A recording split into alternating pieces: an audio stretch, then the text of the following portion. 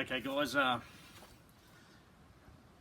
since making this video today about the canoe, I was digging through my garden shed looking for all the bits and pieces that I've got to put together for this canoe. Anyway, I ended up finding some trivial finds, and there's a blade involved, so I can show you that, or an axe head. But I've got something else, especially for the American fellas out there, the guys who are into fun things. Okay, check out this little thing, this little beauty.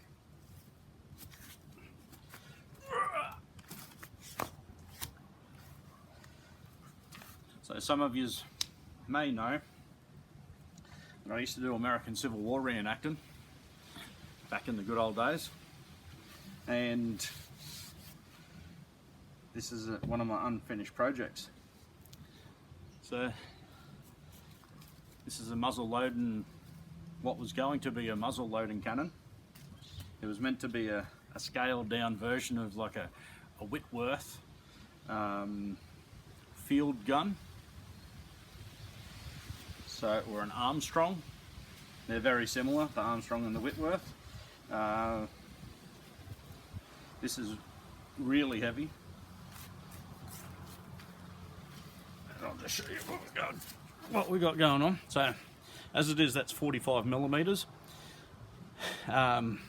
Basically, a golf ball fits down there really well. The intention was to have that bored and honed out to 2 inches. That's the maximum. That's the maximum we're allowed to have in Queensland.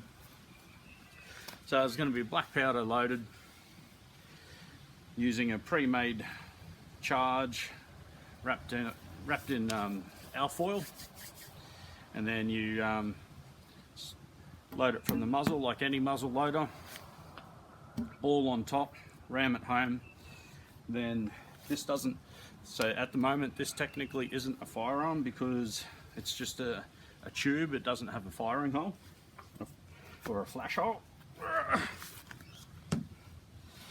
So once you've loaded the or rammed the projectile home on top of the powder, then you'd use a prick or a pin or something through the flash hole, pierce the aluminium alfoil, and then that would expose the black powder, and then you use your whatever type of fuse that you're going to use.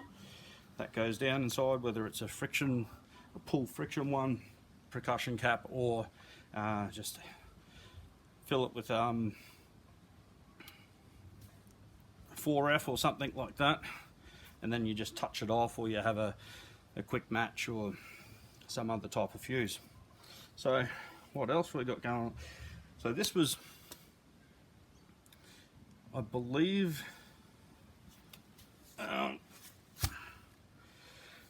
this has got a straight taper. The barrel was tapered on the outside, and I think that is 3/8 or 9.5 mil at the muzzle, and I believe it was something like maybe half inch wall thickness down this end. So we've got a trunnion that was fairly tight. It was like a sleeve, and then it was just welded on, and then the rear end is also sleeved, and it's been welded on front and back. And we have a removable breech plug. So I don't know if this is all going to stay in camera, but now we're not allowed to have breech loaders, but this isn't for breech loading. So this would be mounted onto a carriage.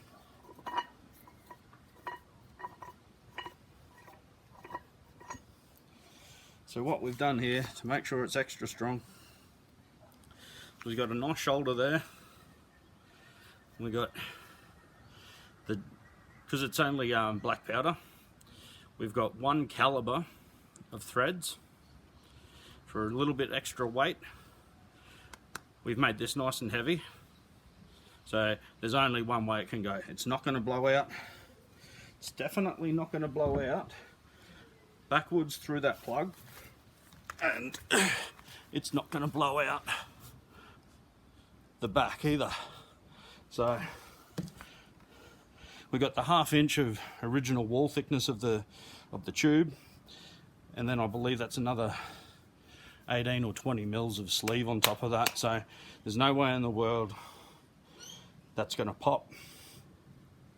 The guy who built this, he wanted to make this strong enough so someone could put the wrong type of smokeless, really fast burning, it didn't matter what type of propellant was used in it. This is going to hold, and you'll also see that it's got 2 O-ring grooves on there. So we would put 2 flame-proof and heat-proof O-rings on the front. Then it's got the shoulder of the thread, and then it's got a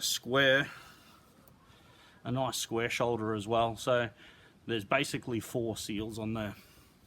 There's no way that that's going to leak any gas past there, or there's no way in the world it's going to come out. So there's enough weight put in it the weight does a couple of things,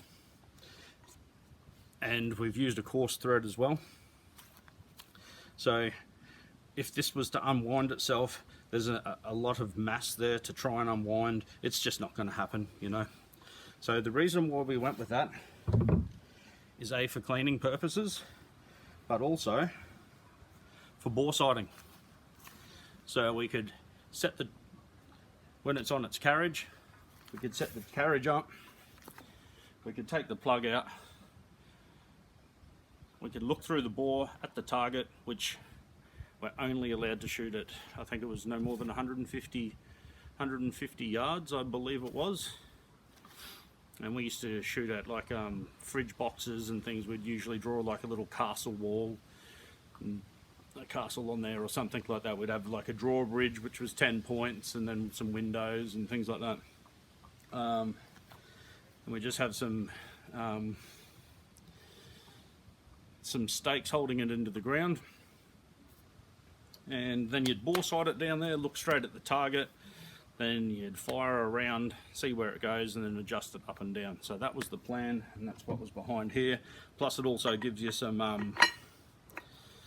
little bit easier to clean it, and you can clean it from the back as well, because you know black powder gets a bit dirty and stuff like that. So I just wanted to be able to stay on top of it. Any obstructions you could actually clear while the range is still in a firing state. So yeah, that was just that little bit of trivia. So the molds, they were just going to be a 2-inch round ball, and because it's smooth bore, obviously you could fire buckshot, grape shot, whatever you sort of wanted out of there. And I believe it was going to be proof tested with a 1 ounce lead ball, with,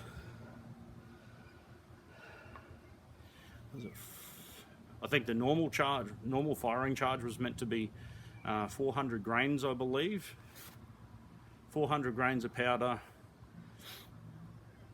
400 grains of powder behind a 1-inch ball, and that was meant to get us out to about, sorry, with a 1 pound ball. Actually, I think that's wrong too.